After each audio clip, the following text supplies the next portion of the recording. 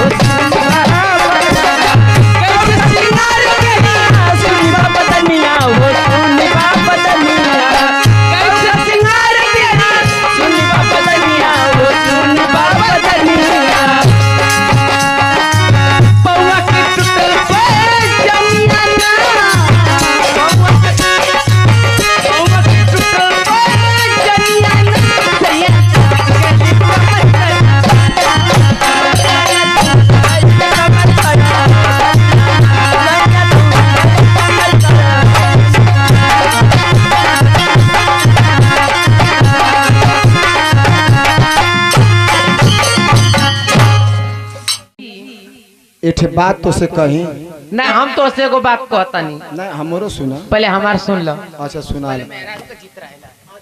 अरे हमार कहे में गड़िया न छूट जाए। घगेला धरल तोर दोष ना, खाली मोदी जोगी का रे बेटा।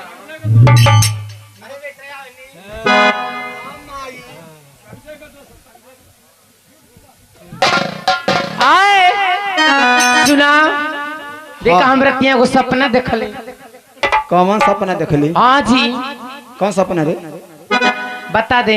हाँ सपना ये देखली ना, हाँ कि देखी हम आप रसगुल्ला के डब्बा में गिर गए हैं। तो आप हम हाँ रसगुल्ला के डब्बा में माऊ सपना देखल। बते सुनी ना, अब रसगुल्ला के डब्बा में गिरले, हम लैट्रिन के डब्बा में।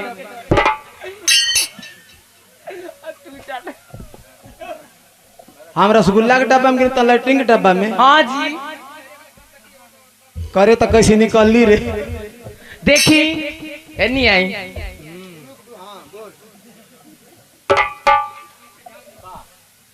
आप हमके चाटत है हम नहीं तो